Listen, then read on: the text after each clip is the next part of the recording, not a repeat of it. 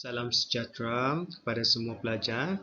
Saya Muhammad Khairul Rijal bin Muhammad Saad merupakan pensyarah bagi EEM 443 iaitu Trend dalam Pendidikan Moral. Dalam kuliah ini saya telah pisahkan kepada 3 kuliah lah. Kuliah 1, kuliah 2, kuliah 3. Dan kuliah 1 kita akan bincangkan berkaitan dengan 3 trend.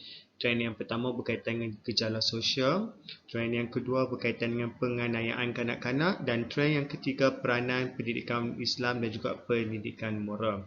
Kebanyakan trend-trend ini saya akan bincangkan berkaitan dengan kajian-kajian ataupun artikel-artikel yang telah dijalankan oleh penyelidik-penyelidik ataupun pensyarah-pensyarah universiti ataupun pensyarah-pensyarah IPT ataupun individu-individu yang bertanggungjawab untuk menyelidik lah. Okey. Kita masuk pada trend yang pertama berkaitan dengan gejala sosial. Gejala sosial ini telah wujud sejak daripada pengalaman perindustrian yang kita katakan daripada satu anjakan perindustrian dan permodenan di Eropah pada abad ke-18, di mana golongan-golongan atasan ini telah mendesak rakyat-rakyat bawahan ini telah berlaku satu masalah kepada mereka dan mereka bertindak di luar kawalan yang kita sebutkan sebagai masalah sosial pada ketika itu. Hal ini wujud kerana persoalan masyarakat akibat proses pemodenan. Bila berlaku proses permodenan, berlaku persoalan terhadap masyarakat. Apa yang akan berlaku kepada masyarakat? Apakah kesan terhadap masyarakat? Adakah mereka ditindas? Dan inilah menjadi satu lonjakan berlakunya gejala sosial tersebut. Di Malaysia, masalah sosial ini dikaitkan dengan proses pembangunan dan transformasi sosial. Proses pembangunan yang berlaku di bandar-bandar, di kawasan-kawasan luar bandar pun juga berlaku proses pembangunan, serba sedikit telah menyebabkan memberi kesan kepada wujudnya masalah sosial. Cuba kita tengok bandar-bandar besar seperti di Georgetown, di Ipoh, di Shah Alam dan juga di Kuala Lumpur sendiri, masalah ataupun statistik menunjukkan gejala sosial itu semakin meningkat disebabkan oleh kesan daripada proses pembangunan tersebut. Kenapa berlaku begitu? Apabila kita terlalu fokus kepada proses pembangunan, kita lupa fokus kepada proses pembentukan akhlak dalam kalangan murid-murid, dalam kalangan remaja-remaja kita dan juga dalam kalangan masyarakat kita sendiri. Namun begitu, dalam aspek kita hari ini, pendidikan moral, kita hanya fokus kepada trend masalah sosial itu dalam kalangan pelajar itu sendiri. Masalah sosial khususnya jenayah seperti pembunuhan, rompakan, rokok dan pada masa yang sama juga seperti penagihan dadah, ragut, sumbang mahram, mak rempit, pelakuan seks luar nikah dan salah laku pelajar seperti buli seringkali berlaku dalam kalangan pelajar-pelajar kita pada masa kini. Kita lihat transformasi masyarakat Malaysia dan kemunculan dalam pelbagai gejala sosial. Kita lihat daripada teori ataupun falsafah barat seperti Emil Durkheim telah menerangkan tentang keadaan yang dipanggil sebagai anomi. Apa itu anomi? Anomi ialah kekacauan norma yang berlaku dalam masyarakat di Eropah. Bagaimana kekacauan-kekacauan tersebut telah menyebabkan berlaku, yang kita sebut norma ini kebiasaan. Bila kita melanggar kebiasaan masyarakat kita, akan berlaku kekacauan. Sebagai contohnya, norma hidup masyarakat di barat seperti mematuhi peraturan. Namun begitu, anomi ini telah mengganggu kekacauan norma tersebut. Ada masyarakat yang tidak mampu mengikuti peraturan. Durkheim juga menyatakan bahawa runtuhnya ikatan moral, aturan, budaya dan undang-undang adalah berpunca daripada transformasi sosial yang mendadak dalam masyarakat. Kita lihatlah apabila berlakunya transformasi perindustrian dan kemodenan di Eropah telah menyebabkan runtuhnya ikatan moral, aturan budaya dalam hidup masyarakat di Eropah pada ketika itu. Jadi apabila berlaku transformasi ataupun transformasi sosial yang mendadak dalam masyarakat, menyebabkan mereka sukar untuk membina ikatan moral. Sebab itu waktu yang semester lepas kita ada belajar berkaitan dengan teori Kohlberg, iaitu teori perkembangan moral, di mana tahap-tahap perkembangan moral itu kita adanya berkaitan dengan undang-undang, kita adanya berkaitan dengan kontrak sosial. Di situ yang pengkaji-pengkaji barat telah menekankan aspek-aspek pertimbangan moral itu dan mereka mengkaji adakah ikatan moral dalam diri masyarakat mereka itu masih berlaku dengan baik mengikut peringkat-peringkat tersebut. Okey, seterusnya keadaan anomi ini menghasilkan ketegangan dalam kalangan individu kerana persekitaran sosial yang mengundang konflik. Dan ketegangan ini berlaku juga disebabkan keliruan atau kehendak yang mustahil. Jadi anomi ini telah mewujudkan ketegangan antara pelbagai pihak lah. Jadi kita lihat, namun begitu kalau pelajar-pelajar nak melihat dengan lebih lanjut, bolehlah mencari artikel-artikel berkaitan dengan transformasi masyarakat lah. Jadi kita lihatlah apakah kesan anomi itu yang wujud dalam kalangan masyarakat. Okay, sambungannya juga kita ada lihat daripada falsafah daripada Robert K. Merton telah mengembangkan teori anomi ini dengan menekankan pencanggahan antara definisi matlamat menurut kehendak sosial masyarakat dengan cara atau kaedah untuk mencapai matlamat tersebut. Jadi bila ada sesuatu matlamat, jadi bagaimanakah cara dan kaedah bagi mencapai matlamat tersebut. Jadi perlu ada strategi untuk mengatasi masalah disebabkan oleh transformasi tersebut. Okey, kekayaan dan kemewahan adalah matlamat utama anggota masyarakat. Jadi apabila masyarakat mengutamakan kekayaan dan kemewahan, boleh menyebabkan berlaku satu perubahan yang mendadak. Jadi masyarakat yang terdesak akan berlakulah masalah-masalah sosial disebabkan mereka ingin mengejar kekayaan dan kemewahan tersebut. Okay, seperti di Malaysia, konflik antara norma lama dan norma baru kerana perubahan tingkah laku yang sangat cepat dalam masyarakat telah menyebabkan nilai dan norma baru tidak dapat bertapak. Sedangkan nilai dan norma lama masyarakat tidak dapat mengawal ataupun menghalang perubahan yang berlaku. Yang ini seringkali berlaku dalam masyarakat kita bila kita orang-orang lama lah akan mengatakan, okay, kamu tak boleh lakukan perkara tersebut. Jadi masyarakat sekarang ini, generasi baru ini akan berkata, oh orang dulu lain, orang sekarang lain. Itu yang dikatakan perubahan-perubahan yang berlaku, konflik antara masyarakat disebabkan norma lama dan norma baru. Sebab itulah peraturan-peraturan kita ni seringkali digubal untuk memenuhi keperluan masyarakat pada masa sekarang. Sebab apa? Perubahan itu seringkali berlaku dalam masa yang sangat drastik. Okey, seperti hukuman-hukuman dan peraturan yang ditetapkan oleh kerajaan seringkali kita ubah supaya memastikan aspek-aspek moral itu dipelihara dengan baik. Okay, masalah-masalah sosial yang wujud dalam masyarakat telah dijalankan oleh para pengkaji demi mencari jawapan dan penyelesaian kepada persoalan yang timbul. Sebab itulah pengkaji-pengkaji sekarang ini mencari kenapa perkara ini berlaku. Seringkali pengkaji-pengkaji berkaitan dengan sosiologi, berkaitan dengan masalah kajian tentang masyarakat. Mengapa ada orang yang bertindak berpelakuan tersebut melanggar norma-norma moral. Jadi pengkaji-pengkaji inilah mencari kaedah-kaedah ataupun cara penyelesaian supaya masyarakat kita lebih bertamadun. Okey, kita lihatlah penyelidikan yang bertemakan gejala sosial di Malaysia. Okay, daripada tahun 2001 hingga 2005, sebanyak 123 kajian telah dijalankan mengenai pelbagai aspek gejala sosial yang berlaku di Malaysia dan dijalankan. Jadi kita fahamlah kajian-kajian ini seringkali dikaji oleh universiti tempatan sendirilah. Sukar kita nak melihat universiti-universiti luar mengkaji berkaitan dengan masalah sosial di Malaysia. Namun begitu, selepas wujudnya SDG, Sustainable Development Goals, di mana negara-negara yang berpandukan SDG tersebut juga bekerjasama membuat kajian persamaan dan perbezaan masalah sosial dalam negara-negara di Asia ataupun di dunia ini. Kajian-kajian tentang gejala sosial yang telah dijalankan di kebanyakan universiti tempatan menunjukkan kepelbagaian tema yang agak menarik dan penting, antaranya termasuk jenis-jenis gejala sosial dan kesannya, salah laku dan masalah disiplin, pelajar sekolah, pelaksanaan undang-undang berkaitan dengan jenayah rogol, sumbang mahram, seks luar nikah, kecelaruan gender, gejala hidugam. Jadi banyaklah kajian-kajian yang telah dijalankan oleh pengkaji-pengkaji tempatan berkaitan dengan gejala sosial ataupun masalah sosial di Malaysia. Okay, selalunya kalau di sekolah kita banyak berfokus masalah sosial ataupun gejala sosial seperti bullying, ponteng, berkaitan dengan salah laku pelajar seperti apa, penggunaan rokok, ataupun ada juga penagihan dadah. Kita ada sekolah-sekolah yang khas yang kita disenaraikan sebagai sekolah-sekolah yang ada kes-kes dadah lah.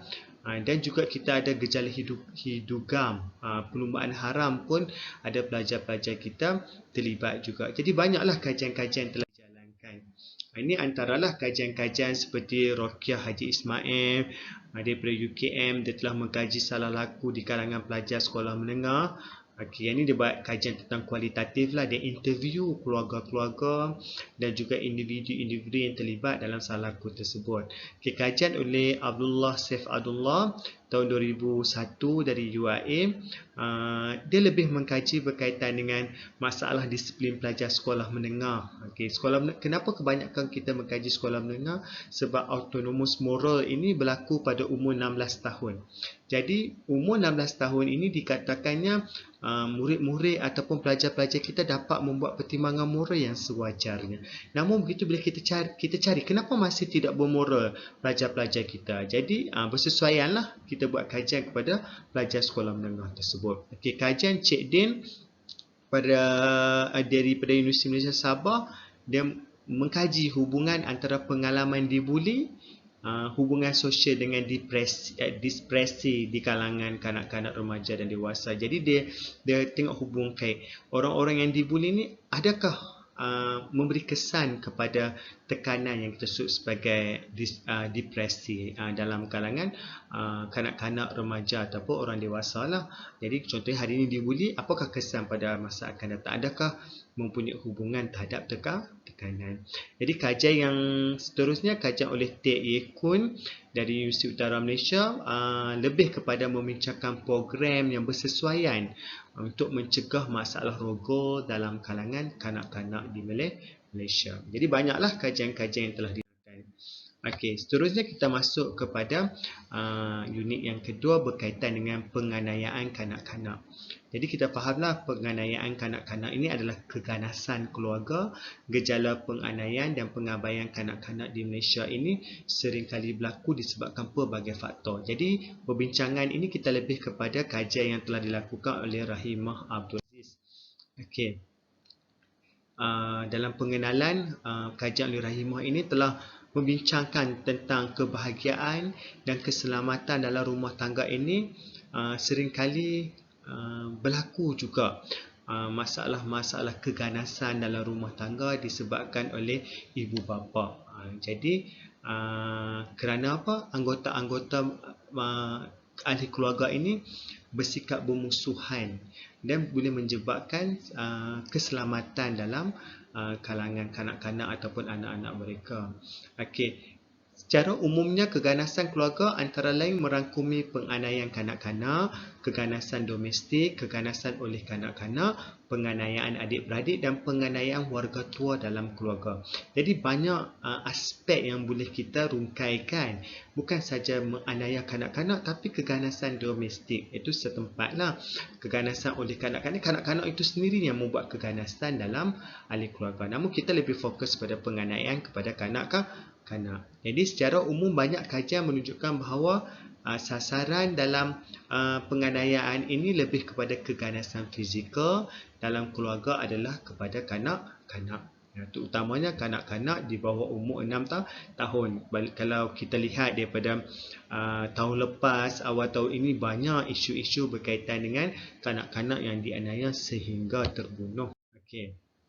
Keganasan keluarga ini boleh kita takrifkan atas banyak aspek lah, disebabkan oleh niat yang dipersepsikan untuk menyebabkan kesakitan atau kecederaan fizikal terhadap orang lain. Jadi individu itu seperti kata Gales dan Connors, dia mempunyai satu sifat ataupun niat, ataupun kita kategorikan mempunyai masalah psikologi lah. Okay, sementara sebagai satu konsep, keganasan keluarga merujuk pada sebarang tindakan yang diambil oleh individu yang mempunyai hubungan yang sah. Umum mengetahui bila keganasan keluarga dilakukan oleh anggota keluarga yang rapat yang mempunyai hubungan yang sah dalam ahli keluarga tersebut. Okay, maka keganasan keluarga mengambil bentuk daripada stalking sehinggalah kepada pembunuhan, termasuk tindakan yang tidak didefinisikan. Okay, jadi daripada fasa yang sederhana sehinggalah boleh menyebabkan pembunuhan. Okey. Jadi seperti mengikut Levinson 1989 dan juga S. Lehman 2000, keganasan keluarga ini terdapat juga dalam kalangan masyarakat yang kehidupan keluarganya ada masalah berkaitan dengan hubungan-hubungan dengan komuniti setempat. Kita lihat penerangan berlandaskan teoretikal lah berkaitan apa yang dikatakan oleh Gales pada tahun 1974 telah mengutarakan teori psikopatologi berkaitan dengan keganasan keluarga ini. Teori ini menegaskan bahawa keganasan yang berlaku antara anggota sesebuah keluarga adalah kerana terdapat ciri-ciri psikologi yang tidak normal ataupun kita sebut sebagai abnormal dalam kalangan mereka yang terlibat dalam keganasan ini. Jadi hal ini disebabkan oleh kita lihat isu-isu berkaitan dengan masalah tekanan. Seringkali berlaku pada awal tahun ini. Kita lihat di dada-dada akhbar apabila berlakunya pandemik COVID-19 ini, banyak tekanan-tekanan yang dilalui oleh ibu bapa dan menyebabkan mereka melepaskan tekanan tersebut kepada anak-anak mereka. Sebab itu banyak ataupun statistik menunjukkan daripada awal tahun penganiayaan kanak-kanak ini semakin meningkat. Okay, kita lihat pada golongan feminis ataupun berlandaskan teori feminisme berkaitan dengan keganasan keluarga pula menekankan peranan dominasi lelaki. Jadi kebanyakannya kaum lelaki ini yang bertindak ganas ataupun golongan bapa ini menyebabkan berlakunya penganiayaan ataupun keganasan keluarga pada masa kini. Okey. Teori pembelajaran sosial juga kita ada bincangkan. Jadi masyarakat ini bertindak ganas ataupun konsep lingkaran ganas ini menunjukkan tingkah laku ganas disebabkan mereka mempelajari daripada seseorang individu. Jadi banyak kita anggap sebagai satu peniruan ataupun kita lihat teori peniruan seperti pelaziman operan. Bila seseorang itu melihat aspek keganasan tersebut, penganiayaan tersebut, dia pun akan turut melakukan perkara tersebut.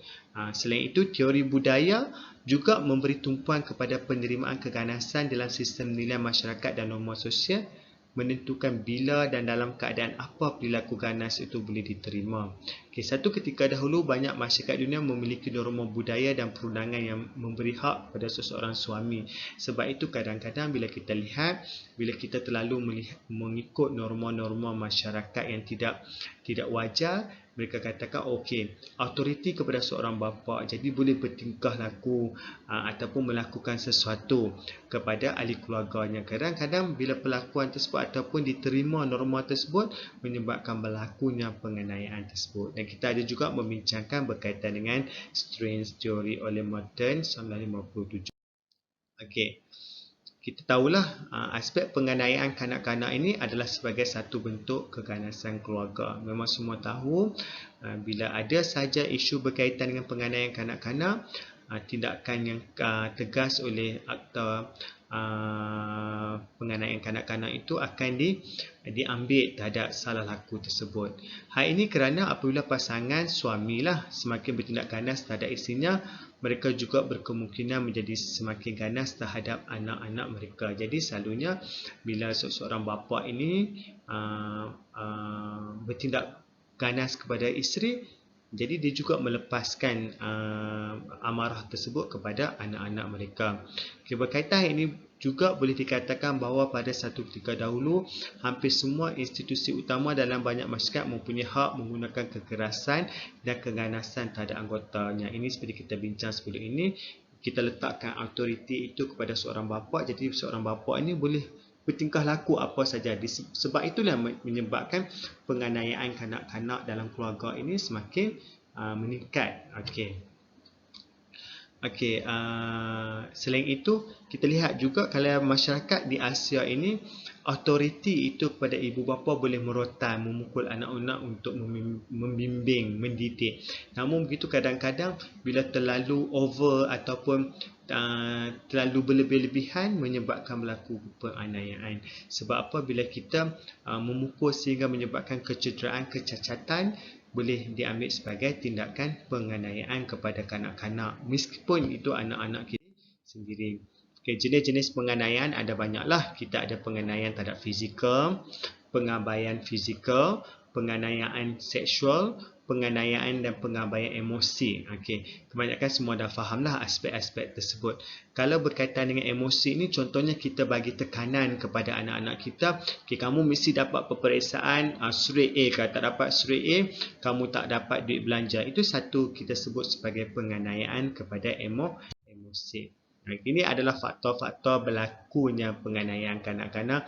Ada banyaklah. Kat sini boleh kita lihat berkaitan dengan hubungan antara ibu bapa, kedudukan sosial dan ekonomi. Ini isu yang sekarang lah, berkaitan dengan ekonomi. Apabila ramai ibu bapa ataupun golongan pekerja yang dah diberhentikan kerja, menjadi satu faktor. Kelas dan komuniti, pengalaman sosiologi iaitu berkaitan dengan sejarah-sejarah lama mereka pernah dianiaya, mungkin mereka bertingkah laku begitu juga. Keadaan psikopatik ini masalah psikologi lah. Situasi yang mencetuskan insiden ini seperti pergaduhan kanak-kanak dan salah lakonan, ini berkaitan dengan isu-isu yang boleh dikaitkan. Seterusnya kita bincangkan peranan pendidikan Islam dan pendidikan moral. Yang ini semua tahulah, semua cikgu-cikgu di sini, kita bila mengajar sesuatu subjek, tak kiralah apa-apa subjek, kita ada satu standard kurikulum ataupun objektif. Mengapa kita mengajar subjek tersebut? Mengapa kita mengajar mata pelajaran tersebut? Jadi, tujuan pendidikan itu ialah mewujudkan ciri-ciri ketuhanan di dalam diri manusia untuk kebaikan diri sendiri dan untuk kebaikan ummah. Dan ini lebih kepada asas kepada pendidikan Islam itu sendirilah. Jadi, kalau kita lihat perbezaan pendidikan Islam dan juga pendidikan moral itu, pendidikan Islam itu dia berfokus pada pelajar yang beragama Islam lah. Pendidikan moral itu pelajar yang bukan beragama Islam. Namun begitu, nilai-nilai yang dipelajari antara dua subjek ini adalah hampir sama. Kalau kita lihat dalam pendidikan moral, kita ada 16 nilai universal. 16, sekarang ada yang sekolah menengah 17 nilai universal yang dikongsi bersama, di mana hasilnya 16 nilai tersebut adalah daripada nilai-nilai agama-agama yang majoriti di Malaysia, seperti nilai-nilai daripada agama Buddha, agama Hindu, agama Islam dan juga agama Kristian kita ambil. Di manakah nilai-nilai itu yang boleh dikongsi bersama, kita tetapkan dalam penerapan pendidikan.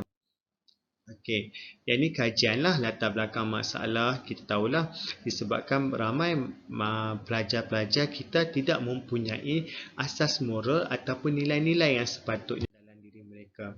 Jadi ini adalah objektif pendidikan Islam berlandaskan kajianlah, berlandaskan sesuatu institusi. Jadi selalunya umum objektif pendidikan Islam itu mestilah nak melahirkan masyarakat ataupun pelajar yang mempunyai menghayati konsep-konsep nilai yang sepatutnya dalam kehidupan mereka. Jadi matlamat pendidikan Islam itu samalah, bila objektif, matlamatnya adalah memastikan, membentuk masyarakat ataupun individu tersebut yang lebih mencakupi nilai-nilai yang sepatutnya. Ini pendidikan moral. Kita fokus banyak pada pendidikan moral lah. Pendidikan moral ini sebenarnya kalau kita lihat berkaitan dengan Akta Pendidikan 1996 ini wajib diajar kepada IPTA, IPTS ataupun pelajar-pelajar di sekolah untuk memastikan nilai-nilai itu dipelajari dengan sempurna nilai-nilai bersama tersebut. Jadi kalau kita lihat adalah kalau di sekolah menengah sekarang ini kita lebih kepada KSSM. Jadi adanya standard-standard, adanya DSKP supaya pelajar-pelajar diajar mempunyai satu standard supaya hasilnya pembelajaran tersebut memastikan pelajar-pelajar tersebut dapat membuat pertimbangan moral sewajarnya. Sama juga di sekolah rendah. Jadi bila kita ajar pendidikan moral itu bukan saja kita fokus dia kena hafal nilai-nilai tersebut. Jadi kenapa diajar pendidikan moral? Supaya murid-murid kita di sekolah tersebut dapat membuat pertimbangan sewajarnya. Bila mereka hidup, okey, kena buat ini. Yang ini tak sepatutnya. Bukan mereka menghafal. Jadi mereka boleh menggunakan pengalaman pendidikan moral itu di luar konteks pengajaran di dalam kelas. Jadi bila mereka duduk di luar, mereka dapat menggunakan pengalaman. Ini adalah objektif pendidikan moral, ni semua tahulah, memahami dan menghayati nilai, menyedari dan menerima kepentingan keharmonian, meningkatkan persefahaman dan kerjasama, mengembangkan pemikiran-pemikiran itu yang kita katakan sebagai aspek pertimbangan dalam kalangan murid. Okey, ini prinsip-prinsip pendidikan moral: bertanggungjawab, berpegang teguh pada ajaran agama, prihatin kepada alam sekitar. Okey, prinsip-prinsip ini lebih kepada nilai-nilai murni yang kita mengajar di sekolah.